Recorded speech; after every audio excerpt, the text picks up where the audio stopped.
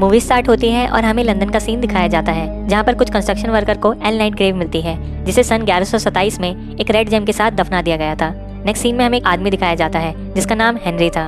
उसे जैसे ही इस ग्रेव के बारे में पता चलता है तो वो वहाँ पर आता है और वहाँ के वर्कर को कुछ पैसे देता है और कहता है कि ये जगह छोड़ दो। और इसके बाद वो कहता है कि सच कभी छुपता नहीं है, उसे बाहर आना ही होता है। उसके बाद वो एक स्टोरी सुनाने लगता है जिसमें वो एक इजिप्ट के प्रिंसेस एमनेट के बारे में बताता है, जो कि बहुत तेज और एक अच्छी वॉरियर थी। वो इजिप्ट के किंग पेरौन की एक ही बेटी थी और पेरौन के बाद इजिप्ट पे उसी का हक था। कुछ देर बाद पेरो की दूसरी वाइफ, जिसे एक बेटा होता है, जिसको आगे जाकर उसका वारिस बनना था। एमनेट को ये देखकर बहुत गुस्सा आता है क्योंकि उसके हाथों से ये सब चला जाएगा और वो इजिप्ट की वारिस भी नहीं रहेगी। वो उससे रिवेंज यानी बदला लेने का सोचती है और डेथ डीमन यानी मौत के शैतान से समझौता करती है, यानी कॉम्प्रोमाइज़ करती है कि वो इस दुनिया में उस शैतान को लाएगी और खुद भी यहाँ पर रूल करेगी। और उसके बाद वो अपने फादर और उनके बेटे को मार देती है। अब उस शैतान को इस दुनिया में लाने के लिए वो एक इंसान को चूज़ करती है जिसके जरिए वो उसे इस दुनिया में ला सके, लेकिन ऐसा करने से पहले ही उसे जिंदा पकड़ लिया जाता है और एक मम्मी के रूप में इजिप्ट से दूर कहीं दफना दिया जाता है, जहाँ वो सालों से दफन है। सीन चेंज होता है और प्रेजेंट टाइम दिखाया जाता है, जहाँ इराक में 2 ऑफिसर्स निक और क्राइस टेररिस्ट पर अटैक कर रहे होते हैं। टेररिस्ट उन्हें मारने की काउंटलेस कोशिश करते हैं, लेकिन वो किसी तरह अपनी जान बचाकर वहाँ से भाग जाते हैं। उसके बाद वो लोग देखते हैं कि बॉम्बिंग से जहाँ वो लोग गिरे थे वहाँ पर एक मकबरा बन गया है और ज़मीन के नीचे है। निक वहाँ जा ही रहा होता है कि उनका सीनियर ऑफिसर आता है और उन्हें वहाँ जाने से रोकता है। दोनों में खूब बहस होती है और तभी वहाँ पर जेनिफर यानी जेनी आ जाती है, जो कि आर्कियोलॉजिस्ट होती है, और वो निक को स्लैप करती है कि तुम हिस्ट्री के साथ क्यों खेल रहे हो।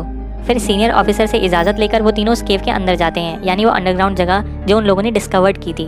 वो देखते हैं कि वहाँ हर तरफ भरा हुआ पारा है, यानी मरकरी है, जो कि किसी को उसके अंदर जाने से रोक रहा था।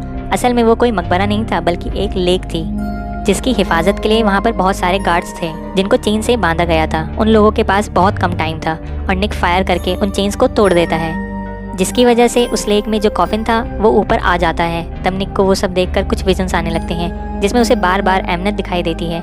इसके बाद उसके दोस्त क्राइस को एक मकड़ी काट लेती है और उसे अपनी बॉडी में बहुत अजीब से चेंजेस फील होते हैं। जैसे ही वो बाहर आते हैं और कॉफिन को बाहर निकालते हैं, वहाँ पर बहुत सारे कौवे आने लगते हैं और ये काफ़ी अजीब बात थी।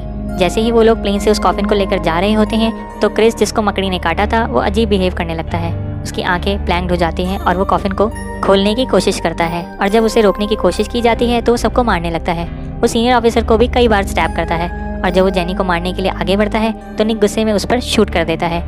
इसी दौरान कुछ कौवे प्लेन पर हमला कर देते हैं और शीशे तोड़ते हुए अंदर आ जाते हैं। निक जेनी को पैराशूट पहनाकर उस प्लेन से नीचे भेज देता है और कुछ देर बाद वो पूरा प्लेन क्रैश हो जाता है और सबके सब मारे जाते हैं। और उसके बाद मॉर्ग में जब सब लाशें पड़ी होती हैं, तो यानी सब डेड बॉडीज वहाँ होती हैं, तो उसमें से निक एकदम से जिंदा हो जाता है। जैसे ही वो सेंसेस में आता है, उसके सामने उसका मरा हुआ दोस्त आ जाता है। वो उसे बताता है कि एमनेट तुम्हें यूज़ कर रही है और तुम्हारे जरिए वो मौत के शैतान को इस दुनिया में लाना चाहती है। सीन चेंज होता है और हमें दिखाया जाता है कि एमनेट कॉफिन से बाहर आ चुकी है और वहाँ पर सब लोगों को मारकर खुद को ताकतवर और पावरफुल कर रही है ताकि वो पहले जैसी बन सके। उसके बाद निक जेनी से मिलता है। वो उससे पूछती है कि प्लेन क्रैश होने के बाद तुम जिंदा कैसे बच गए, इवन उसकी बॉडी पर कोई निशान भी नहीं है। वो उसे फर्दर बताती है कि वो एक आर्कियोलॉजिस्ट ग्रुप के लिए काम करती है, जहाँ उसे पता चला था कि किसी प्रिंसेस के नाम को हिस्ट्री से हटा दिया गया था और अब वो किसी खंजर को ढूंढ रहे हैं जो शैतान का है और उस पर एक रेड जेम भी लगा हुआ है। यहाँ पर बताया जाता है कि वो खंजर और रेड जेम उस शैतान को ताकत देते हैं। ये सब उसी नाइट की किताब में से मिला था जिसको दफना दिया गया था उसी रेड जेम के साथ, क्योंकि उसने वो रेड जेम चोरी किया था। वो कहती है कि कुछ टाइम पहले उसकी कब्र लंदन में पाई गई है, तो वो रेड जेम भी वहाँ पर ज़रूर मौजूद होगा। वो बताती है कि ये टॉम एमनेट तक लेकर जाती है, जो इजिप्ट की प्रिंसेस थी। वो बताती है कि क्यों उसने अपने फादर और उसके बेटे का कत्ल किया था। वो अभी ये सब कुछ बता ही रही होती है कि निक का फ्रेंड क्रिश उसे बुलाता है। वो उसे बताता है कि वो दोनों इमोर्टल हैं, यानी वो जिंदा ही रहेंगे हमेशा, इसलिए तुम प्लेन क्रैश में बच गए थे और तुम्हें उसी के मुताबिक चलना होगा, वरना अच्छा नहीं होगा। इसके बाद जेनी को अपने सीनियर की कॉल आती है और वो कहता है कि निक को अपने साथ लेकर यहाँ आओ। जेनी निक को अपने साथ चलने के लिए कहती है, लेकिन निक कहता है कि पहले हमें उस कॉफिन के पास जाना चाहिए। वो लोग उस कॉफिन के पास जा रहे होते हैं तो देखते हैं कि एमनेट काफ़ी लोगों को मारकर पावरफुल हो रही होती है और वो निक पर अटैक करने लगती है। लेकिन जैसे ही वो उसे खंजर से मारने लगती है तो देखती है कि खंजर के ऊपर लगा रेड जेम मिसिंग है। वो ये देखकर परेशान हो जाती है। साथ ही वो जेनी को नोटिस करती है और उसका पीछा करने लगती है। निक जैसे तैसे करके जेनी को बाहर ले आता है और एक ट्रक के अंदर चला जाता है।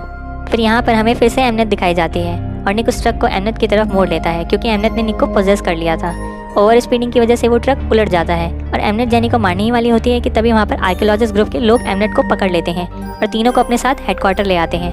और तब हमें पता चलता है कि जेनी का बॉस कोई और नहीं बल्कि हेनरी है।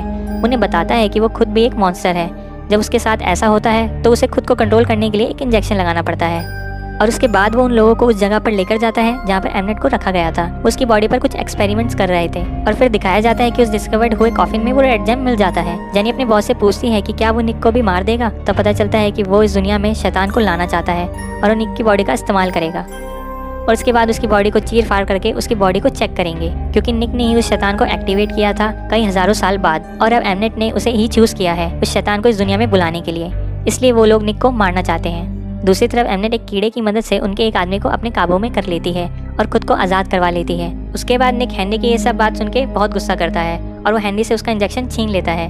कुछ देर बाद हैंडी एक मॉन्स्टर में बदलने लगता है। ये देखते ही निक उसको उसका इंजेक्शन लगा देता है, जिसके बाद वो फिर से नॉर्मल हो जाता है। उसके बाद निक और जेनी उस रेड जेम को डिस्ट्रॉय करने के लिए जाते हैं। एमनेट भी अब पूरी तरह आज़ाद हो चुकी है और अब वो इजिप्ट की रेड को बुलाती है और ऑर्डर देती है कि वो किसी भी तरह निक को ढूंढ कर लाए। और उसके बाद लंदन में बहुत बड़ा तूफान आ जाता है और निक और जेनी किसी तरह अपनी जान बचाते हुए एक अंडरग्राउंड टनल में जाते हैं। और उसके बाद एमनेट उस जगह पर जाती है जहाँ पर उन्हें वो कॉफिन मिला था। वहाँ वो सारे मुर्दे लोगों को जिंदा कर देती है।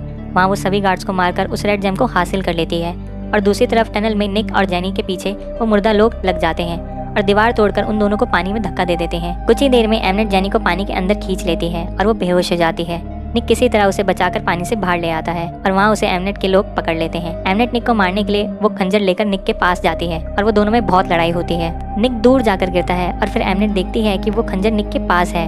फिर निक उस जेम को तोड़ने ही वाला होता है तो एमनेट उसे रोक देती है और रिक्वेस्ट करती है कि ऐसा मत करो, इसकी वजह से तुम हमेशा जिंदा रहने वाले गॉड बन सकते हो और तुम्हारे पास दुनिया की हर ताकत होगी और तुम दुनिया पर रूल करोगे, इसलिए ये तुम मुझे दे दो। निक अचानक से उस खंजर से अपने आप को मार देता है और एमनेट परेशान हो जाती है और फिर निक के अंदर उस डेथ डीमन यानी मौत के शैतान की सारी क्वालिटीज और पावर आ जाती है और वो निक पर अपना कब्जा कर लेती है। लेकिन जैसे ही निक की नज़र जेनी पर पड़ती है उसे कुछ मेमोरीज आने लगती है और वो फिर से खुद पर अपना कंट्रोल पा लेता है और वो फिर खुद पर कंट्रोल करके एमनेट को मार देता है और जेनी को ठीक करने में कामयाब हो जाता है और जेनी होश में आ जाती है। सीन चेंज होता है और दिखाते हैं कि अब वो इजिप्ट चला गया है और उसने मरे हुए दोस्त क्रिस को भी फिर से जिंदा कर दिया है और वो नए रास्ते की तलाश में था। और इसी के साथ ही मूवी यहीं पर खत्म हो जाती है।